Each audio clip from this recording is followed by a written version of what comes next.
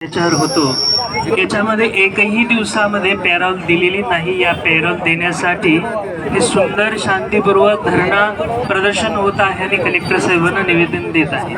जो भारत देश आहे, यदा यदा ही धर्मस्य ग्लानिर्भवति भारत अभ्युत्थानम धर्मस्य तदात्मनं सृजामहम, की ज्या देशामध्ये संतावर धर्मावर संकट अत्याचार अन्याय होतो त्यावेळेस भगवान परमात्मा म्हणतात मी स्वतः येतो परित्राणाय साधूना विनाशाय च दुष्कृतम।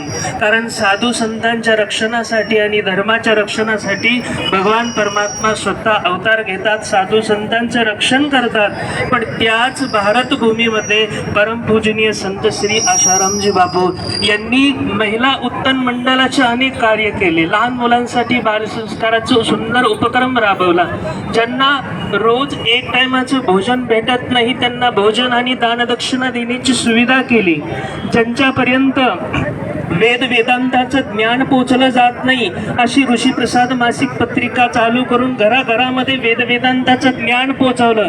ज्या संतांनी मातृपितृपूजन म्हणजे व्हॅलेंटाईनच्या दिशेने आपला भारत हा वेगळ्या दिशेने जात होता आणि हा वेगळ्या दिशेने जाता जाता त्या वेगळ्या दिशेने भारत मातेला मोडून व्हॅलेंटाईन डे ऐवजी मातृपितृपूजन दिवस साजरा करण्यात येतो, की ज्या भारतामध्ये माता पित्याचं पूजन होत आहे। असे सुंदर उपक्रम ज्या संतांनी राबवले त्याच संतांना या भारत भूमीमध्ये 11 वर्षापर्यंत एकही दिवसाचा पॅरोल दिला जात नाही। म्हणजे भगवान श्रीकृष्ण परमात्मा म्हणतात की परत मला यावं लागेल आणि हा अन्याय परत सहन न करता साधू संतांच्या रक्षणासाठी परत यावं लागेल।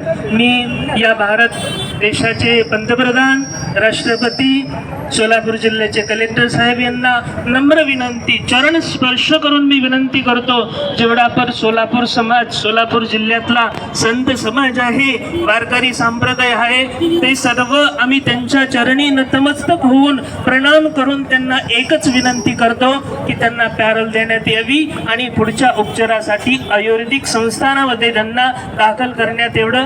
हीच जय हिंद जय राष्ट्र।